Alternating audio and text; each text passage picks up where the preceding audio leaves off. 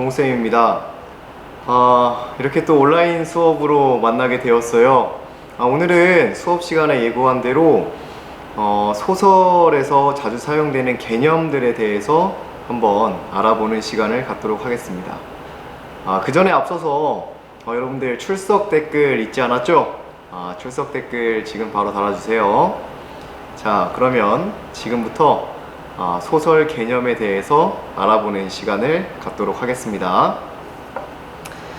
자, 첫 번째 개념 67입니다. 소설의 3요소라고 되어 있네요. 자, 소설의 3요소 보니까 주제, 구성, 문체라고 되어 있네요.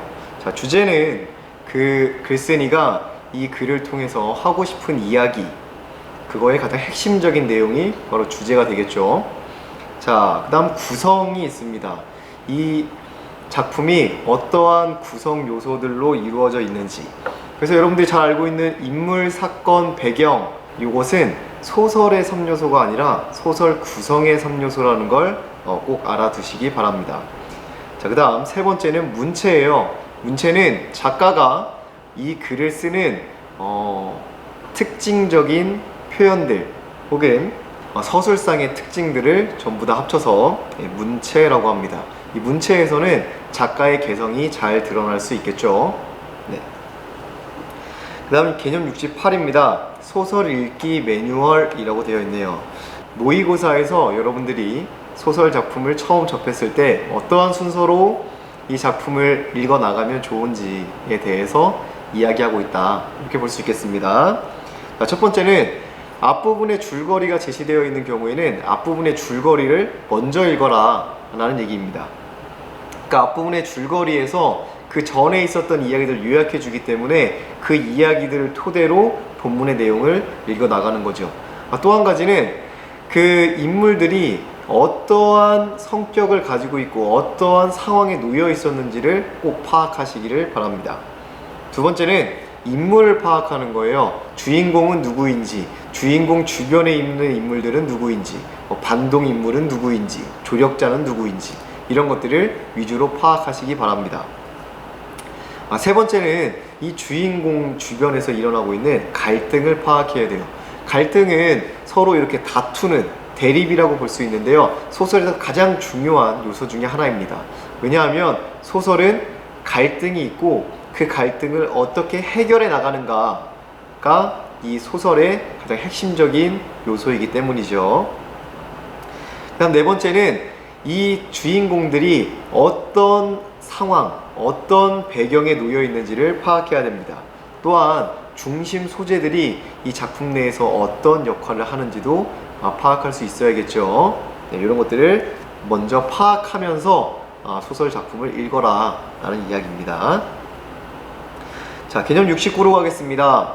인물의 제시 방법이라고 되어 있네요. 자, 등장인물의 성격을 어떻게 드러내 주는가 라는 건데요, 크게 보면 두 가지가 있습니다. 직접 제시와 간접 제시가 있어요. 하나씩 한번 알아보도록 하겠습니다. 자, 직접 제시는 다른 말로는 말하기 혹은 분석적 제시 혹은 요약적 제시라고도 하는데요, 서술자가 인물의 특성을 직접적으로 요약을 해서 설명해 주는 겁니다. 다시 말해서 말해 주는 거죠. 그 사람은 좋은 사람이었다, 이렇게 직접적으로 이야기해 주는 겁니다. 혹은 그는 지금 기분이 매우 좋았다 라고 이야기하는 것이 바로 직접 제시 혹은 말해주기가 되겠습니다. 자, 이렇게 그 등장인물이 느끼고 있는 감정이나 성격을 직접적으로 드러내 준다면 어떤 장점이 있을까요? 그렇죠.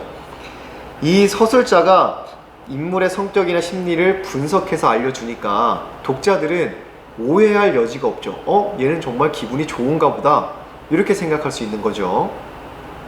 그리고 이렇게 이야기를 하다 보면 바로 이 사람은 좋은 사람이다 라고 이야기를 하면 왜 좋은지를 구구절절하게 설명하지 않아도 그냥 좋은 사람이구나 라고 사람들이 이해할 수 있기 때문에 서술 시간을 줄여주는 효과도 있다, 이렇게 볼 수 있겠습니다. 하지만 단점이 존재해요. 뭐냐면 첫 번째, 그 사람은 좋은 사람이다 라고 표현을 했을 때 이 좋다라는 이 표현이 굉장히 추상적일 수 있다는 거예요. 뭐가 좋다는 건지, 어떤 것이 좋은 건지 혹은 착하다, 어떤 것이 착한 거고 왜 착한지가 굉장히 추상적으로 드러날 수 있다. 이런 문제가 있고요. 독자들이 이 사람이 어떤 사람인가를 고민할 필요가 없겠죠. 이 사람은 좋은 사람이다 라고 작가가 바로 말을 해주었으니까요. 그러니까 독자의 상상력을 제한한다 라는 문제점도 존재하게 되는 겁니다. 이해되셨나요? 특히 여러분들이 잘 알고 있는 아이들이 즐겨보는 만화 영화 중에 뽀로로라는 그 만화 영화가 있죠. 이 뽀로로라는 만화 영화에서 보면 그 뽀로로가 항상 자신의 감정을 이야기합니다. 나는 오늘 기분이 안 좋아. 너가 이렇게 얘기하니까 기분이 안 좋아 라고 이야기하는데, 이런 것들을 직접적으로 표현해줘요. 그러면 어린아이들이 보기에 이해는 잘 되겠지만 아이들이 얘 표정이 왜 그렇지? 왜 이런 표정을 지을까? 상상할 수 있는 여지를 뺏어가는 단점이 있다. 이렇게 이해하시면 되겠습니다. 자, 그럼 반면에 간접 제시, 즉 보여주기나 극적 제시는 어떠한 특징을 갖고 있을까요? 인물의 성격을 대사나 행동을 통해서 보여주는 겁니다. 근데 이 대사나 행동을 통해서 뭔가 보여주는 문학 장르가 바로 연극이라고 할 수 있잖아요. 이 연극적으로 보여준다 라고 해서 극적 제시라고도 합니다. 자, 이런 극적 제시는 어떤 효과가 있을까요? 여러분들 연극을 보고 있다고 생각해 보세요. 등장인물이 여러분들의 앞에서 어떠한 이야기들을 쭉 하면서 행동을 막 하고 있어요. 굉장히 생생한 느낌이 들겠죠? 마찬가지입니다. 소설에서도 이 인물의 행동과 대사를 통해서 보여준다면 굉장히 생생한 느낌을 보여줄 수 있다. 한편의 연극을 보는 것 같은 기분을 느낄 수도 있겠죠. 하지만 단점이 있어요. 뭐냐 하면 아까 전에 직접 제시의 경우에는 이 사람이 어떠한 감정을 느끼는지를 직접적으로 이야기해 주니까 오해할 여지가 없다라고 했습니다. 바로 직접적으로 전달해 주니까요. 하지만 이렇게 행동으로 보여주면 사람에 따라서는 다르게, 작가가 의도한 것과는 다르게 해석할 수 있다. 이런 문제점이 발생할 수 있습니다. 이해되셨나요? 네, 좋습니다. 자, 다음은 시점에 대해서 배워보도록 하겠습니다. 자, 여러분들 시점에 대해서는 익숙하게 많이 들어봤을 거예요. 총 몇 가지의 시점이 있나요? 그렇죠. 총 4가지의 시점이 있습니다. 근데 이 4가지로 나누기 전에 크게 2가지로 먼저 나눌 수 있어요. 일단 작품 안에 나라고 하는 존재가 있으면 1인칭, 없으면 3인칭이 됩니다. 그 1인칭은 다시 그 1인칭 나가 주인공인 경우와 주인공의 친구, 주인공을 관찰하는 경우가 있어요. 이때 주인공인 경우에는 1인칭 주인공 시점, 내가 주인공의 친구여서 주인공을 관찰하는 경우에는 1인칭 관찰자 시점이 됩니다. 이해되시죠? 자, 그 다음에 나가 존재하지 않는 3인칭도 다시 2가지로 구분할 수 있습니다. 첫 번째는 아까 1인칭 관찰자와 마찬가지로 작품 밖에 존재하는 외부의 서술자가 이 주인공을 관찰하는, 그러니까 이 사람의 심리나 이런 것을 파악하지는 못하고 이 사람이 어떠한 표정을 짓고 어떠한 행동을 하는지만을 관찰해서 보여주는 경우가 있어요. 이런 경우에는 3인칭 관찰자 시점이라고 합니다. 반면에 이 외부에 있는 서술자가 마치 신처럼 이 사람이 속에서 무슨 생각을 하는지, 또 얘가 왜 이런 행동을 하는지를 다 파악하고 독자들에게 알려주는 경우가 있습니다. 이런 경우에는 전지전능한 신과 같다 라고 해서 전지적 작가 시점이라고 이야기를 합니다. 이해되셨나요? 네, 좋습니다. 그러면 하나하나 알아보도록 하겠습니다. 자, 1인칭 주인공 시점은요, 나가 작품 속의 주인공으로 등장해서 이야기를 전개해 나가는 거예요. 장점은 주인공의 내면 세계, 나의 이야기를 하니까 주인공의 내면 세계를 효과적으로 표현할 수 있다. 또 독자에게 이 주인공이 자기의 이야기를 직접 해주는 효과가 있기 때문에 그런 느낌을 줄 수 있기 때문에 친근감과 신뢰감을 줄 수 있다. 이런 장점이 있습니다.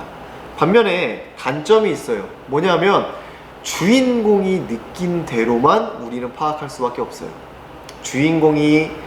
주인공의 관점에서 바라보는 그 사건들이나 상황을 우리는 그대로 받아들일 수밖에 없다. 그래서 주관적으로 내용을 이해할 수밖에 없다라는 문제점이 존재합니다. 또 한 가지는 이 서술자 1인칭 주인공이 아주 똑똑하고 객관적인 사람이라면 그래도 문제가 좀 덜한데, 아주 편협하고 미성숙하고 어리고 한 경우에는 얘가 그 상황을 전체적으로 파악하지 못해서 우리에게 제대로 전달하지 못하는 경우가 있어요. 이런 경우를 신뢰할 수 없는 서술자라고 하는데요. 이런 경우에는 아무래도 독자의 역할이, 독자가 그 상황에 대해서 면밀하고 객관적으로 볼 수 있는 그런 능력이 좀 더 필요할 수 있겠죠? 이런 것도 좀 알아두시기 바랍니다. 여러분들이 혹시 알고 계실지 모르겠어요. 사랑방 손님과 어머니라고 하는 소설 작품이 있는데요. 거기에서 서술자는 어린아이예요. 어린 여자아이인데, 이 어린 여자아이는 그 사랑방 손님과 어머니의 사이에서 흐르고 있는 미묘한 사랑의 감정을 파악할 수 없겠죠. 사랑을 해본 적이 없으니까요. 그래서 아주 단편적으로 자기 눈에 보이는 것만 보고 자기의 생각대로 우리에게 전달해 줍니다. 미성숙한 거죠. 이럴 때 독자들은 자기의 경험이나 자기의 관점을 통해서 소설의 상황을 파악해야 된다, 이런 이야기입니다. 자, 그리고 1인칭 주인공 시점에서는 또 독특하게 의식의 흐름 기법이라고 하는 게 나옵니다. 의식의 흐름 기법은 다른 말로는 자동기술법이라고 하는데, 한 인물의 의식을 통해서 인간의 내면의 생각이나 관념, 본성을 아무런 제한 없이 그냥 생각나는 대로 쭉 기술해 놓은 거, 이거를 의식이 흐르는 대로 썼다 라고 해서 의식의 흐름 기법이라고 합니다. 이해되시나요? 소설가 구보시의 일일 혹은 이상의 날개 같은 작품에서 잘 드러나고 있습니다. 두 번째는 1인칭 관찰자 시점으로 한번 넘어가 보겠습니다. 아까 전에 1인칭 주인공 시점이 1인칭인 나가 주인공이었다면, 지금 1인칭 관찰자 시점은 작품 속에 나가 존재하는데 얘는 주인공이 아니라 부수적인 인물이에요. 그리고 이 부수적인 인물이 자신의 이야기를 하는 것이 아니라 주인공을 관찰하고 그 주인공의 이야기를 우리에게 전달해주는 그런 시점이 되겠습니다. 따라서 이 작품에 등장하는 나는 주인공이 아니라 관찰자가 되겠죠. 그게 장점이 있어요. 주인공이나 등장인물의 심리를 우리가 명확하게 알 수가 없습니다. 왜냐하면 관찰한 내용을 보여주기만 하니까요. 그래서 독자의 상상력을 자극할 수 있다, 또 긴장감이나 신비감을 줄 수 있다라는 장점이 있습니다. 하지만 단점이 존재하겠죠. 문제는 뭐냐면 아까 전에 그 간접 제시와 비슷해요. 이 사람이 어떤 행동을 하고 어떤 말을 하는지만 보여주기 때문에 독자들은 자기가 상상을 해서 이 사람이 어떠한 심리겠구나, 어떠한 생각을 하겠구나 라는 걸 계속해서 머릿속으로 생각을 해야 된다, 이런 문제가 있습니다. 그러니까 독자의 수준이 높으면 충분히 이해하고 또 분석해낼 수 있겠지만, 독자의 수준이 조금 낮은 경우에는, 혹은 소설을 잘 이해하지 못한 경우에는 이 작가의 의도가 정확하게 전달이 되지 않을 수 있다, 이런 문제점도 존재한다 라는 얘기입니다. 이해되셨나요? 좋습니다. 자, 그 다음 3인칭 관찰자 시점으로 넘어가겠습니다. 3인칭 관찰자 시점은 작가 관찰자 시점이라고도 하는데, 작품 밖에 서술자가 존재해요. 나라는 사람이 작품 내부에 존재하지 않고 작품 바깥에 존재합니다. 이 작품 바깥에 존재하는 서술자가 사건이나 인물의 행동을 관찰해서 우리에게 전달해주는 그런 시점입니다. 자, 이 시점은 마찬가지로 작가가 객관적인 입장에서 이 등장인물이나 사건을 우리에게 표면적으로 드러난 것만 전달해 주기 때문에 극적인 효과를 줍니다. 그리고 객관적인 설명을 하기 때문에 독자들은 상상을 통해서 그 빈 공간들을 채워놓게 되죠. 이게 장점이라고 본다면, 마찬가지로 독자의 수준이 낮은 경우에는 이 내용들을 전부 다 자세하게 파악할 수 없다라는 문제점이 존재할 수 있습니다. 이해되셨나요? 좋아요. 또 전지적 작가 시점이라는 게 있어요. 요거는 3인칭 전지적 작가 시점이라고 이야기도 하는데, 이 서술자가 작품의 밖에 존재하는 건 작가 관찰자 시점과 동일합니다. 하지만 작가 관찰자 시점과는 다르게 이 전지적 작가 시점에서는 전지전능한 신과 같은 입장에서 작가가 모든 것을 다 파악하고 이 모든 것을 다 독자들에게 전달해줘요. 얘가 무슨 생각을 하는지, 얘의 심리는 어떤지, 얘가 왜 이런 표정을 짓는지까지도 다 알려줄 수 있어요. 그렇기 때문에 독자들이 내용을 이해하는 데는 굉장히 수월하겠죠. 하지만 독자들이 상상을 할 여지가 없어집니다. 모든 걸 다 이야기해 주기 때문에 내가 굳이 상상을 해서 이야기의 빈 공간을 채워갈 필요가 없는 거죠. 그래서 재미를 조금 떨어뜨릴 수 있다라는 단점이 존재합니다. 제한된 전지적 작가 시점이라는 게 있어요. 이건 뭐냐면 인물의 내면과 사건의 전모를 모두 알고 있는 전지적 작가가 한 인물의 시각을 빌려서 모든 사건과 인물에 대해서 서술한 시점이에요. 그러니까 마치 1인칭 주인공 시점하고 비슷하게 한 명의 인물을 정하는 겁니다. 하지만 1인칭 주인공 시점과 다른 건 나라는 애가 존재하지 않는다는 거예요. 그리고 또 한 가지, 1인칭 주인공 시점은 나의 심리만 정확하게 알고 다른 인물의 심리는 추측할 수밖에 없죠. 하지만 전지적 작가 시점은 이 전지적 작가가 한 인물을 설정했다고는 해도 다른 사람들도 어떠한 생각을 하고 어떠한 심리를 가지고 있는지를 전부 다 파악할 수 있다. 이런 약간의 차이가 있습니다. 이런 것들 알아두시길 바랄게요.